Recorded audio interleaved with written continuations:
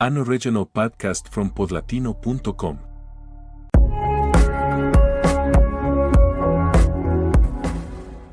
There is a gesture so automatic it barely registers. A hand reaches for the handle, pulls, cold air spills out, and in under 2 seconds your eyes sweep across the shelves. Maybe there are leftovers from last night, a water bottle, some fruit. The door closes. The whole thing repeats dozens of times a week without anyone thinking of it as anything remarkable. But behind that gesture lies a story centuries in the making, one of human obsession with cold, of scientific accidents and commercial chains that connect the frozen lakes of New England with hospitals in Havana, the slaughterhouses of Chicago with kitchens in Buenos Aires. For most of human history, preserving food was a race against time. Meat lasted hours. Milk, less than a day in summer. Fruits and vegetables followed their own biological schedules, indifferent to whoever had purchased them. Ancient civilizations found ways to cope: salt, vinegar, smoking, oil. These were techniques that did not stop decay, but slowed it down or masked it. Cold was a known solution, but a difficult one to control. The Romans already understood that ice preserved. They built deep pits where they stockpiled snow through winter for use in summer. The Persians had developed structures called yakhchals, cone-shaped buildings with thick walls and underground chambers that kept ice made during cold desert nights. In China, more than 3,000 years ago, there are records of the systematic harvesting of ice from rivers and lakes. The knowledge was ancient. The scale was still small. What transformed ice from luxury into commodity was a man named Frederick Tudor. Boston, 1806. Tudor was 22 years old, had no business experience, and had an idea that everyone around him considered absurd. He wanted to cut blocks of ice from the frozen lakes of Massachusetts and sell them in the Caribbean. His peers laughed. Newspapers called him the Ice King, with every intention of mocking him. Tudor sailed anyway. The first shipment arrived in Martinique and was a partial failure. Nobody quite knew what to do with the ice, and Tudor had not thought carefully enough about how to store it at the destination. But he did not give up. He spent years refining the process. He designed storage facilities insulated with sawdust, optimized shipping routes, and educated buyers on how to use ice to chill drinks and preserve food. Within a few years, his business had expanded to Cuba, India, and South America. Ice harvested from the lakes of New England was arriving in Calcutta in usable condition. It was an improbable logistical achievement. The natural ice trade grew through the first half of the 19th century into a significant industry across the United States. Thousands of workers cut blocks each winter with specialized saws, stacked them in well-insulated warehouses, and distributed them throughout the year. Cities had regular ice deliveries, much like today they have water or gas service. Middle-class families bought weekly blocks for their ice boxes, a kind of insulated wooden cabinet with a lower compartment where the ice slowly melted while keeping the food above it cold. It was rudimentary technology, but it worked. The problem was that it depended entirely on nature. A warm winter could wipe out an entire region's production. Demand was growing, but supply was unpredictable.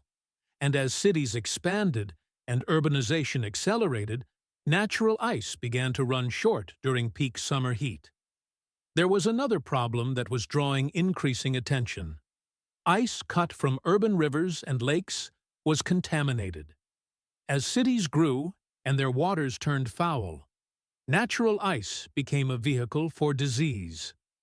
Typhoid fever and cholera found in dirty ice blocks a direct route into kitchens and drinks.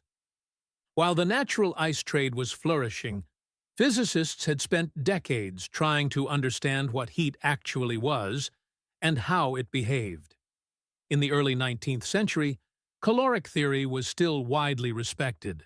The idea that heat was an invisible fluid that flowed from hot objects to cold ones. Benjamin Thompson, known as Count Rumford, was one of the first to challenge that idea with experimental evidence. Observing how the drilling of cannon barrels generated what seemed like an unlimited amount of heat, he argued that heat could not be a finite fluid, but had to be a form of motion. It was Sadi Carnot, a French military engineer who died at 36, who laid the mathematical foundations of what we now call thermodynamics. His 1824 work on the efficiency of steam engines established principles that remain valid today. Carnot was not thinking about refrigeration. He was thinking about engines. But his ideas about how heat flows and converts into work opened a door that others would walk through in the opposite direction. If heat could produce work, work could move heat. That reversal was the key to mechanical refrigeration. The basic principle is elegant. When a liquid evaporates, it absorbs heat from its surroundings. If that vapor can be compressed and returned to liquid form somewhere else, the heat gets released outside the system. Repeating that cycle continuously moves heat from a cold place to a warm one against its natural tendency. In simple terms, that is exactly what any modern refrigerator does. The first experiments with mechanical refrigeration took place in the first half of the 19th century. William Cullen had demonstrated the cooling effect of evaporation in Scotland in 1748. Jacob Perkins received in 1834 the first patent for a vapor compression machine capable of producing ice. John Gorey, a Florida physician obsessed with cooling the rooms of his yellow fever patients, built a functioning ice machine around 1844 and patented his design in 1851.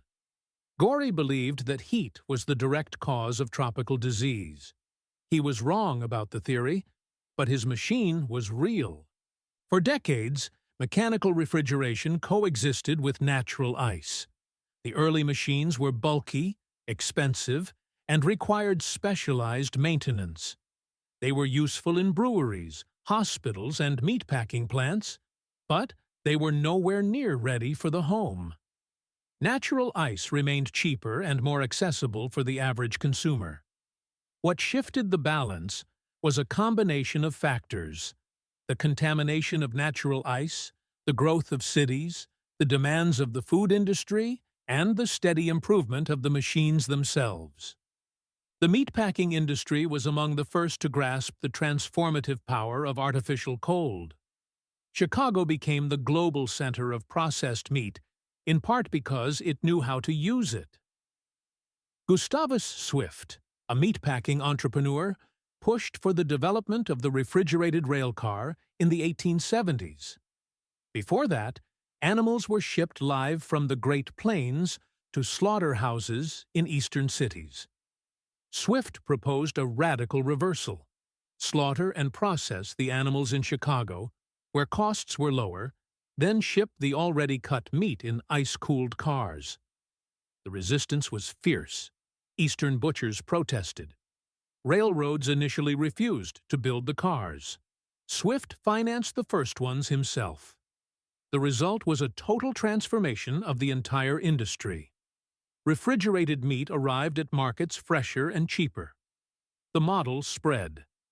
Argentina experienced that transformation firsthand.